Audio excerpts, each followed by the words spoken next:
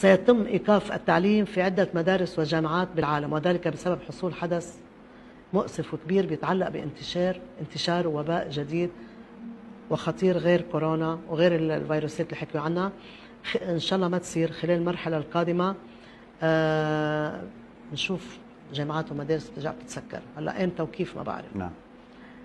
تلوث خطير ومقلق سيطال المياه، وذلك من جراء تعرضها لمواد سامة جدا مما سيهدد حياة الملايين من البشر حول العالم. شخصية إعلامية بارزة ومعروفة حول العالم أراها تقضي وتفارق الحياة في حدث مؤسف وكبير. حسبي الله ونعم الوكيل.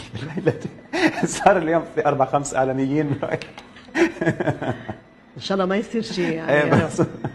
سوف يتعرض أحد السجون في العالم إلى عملية تمرد خطيرة وواسعة، وسنرى الفوضى والشغب تعم أرجاء هذا السجن، مما سيؤدي إلى حصول مجزرة بشرية سيذهب ضحيتها عدد كبير من السجناء، ومعهم عدة ضحايا من رجال الأمن، وسوف يرافق هذه العملية ضجة إعلامية واسعة وكبيرة.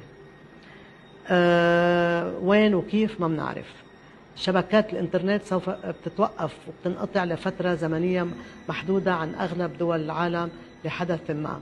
هذا حيصير.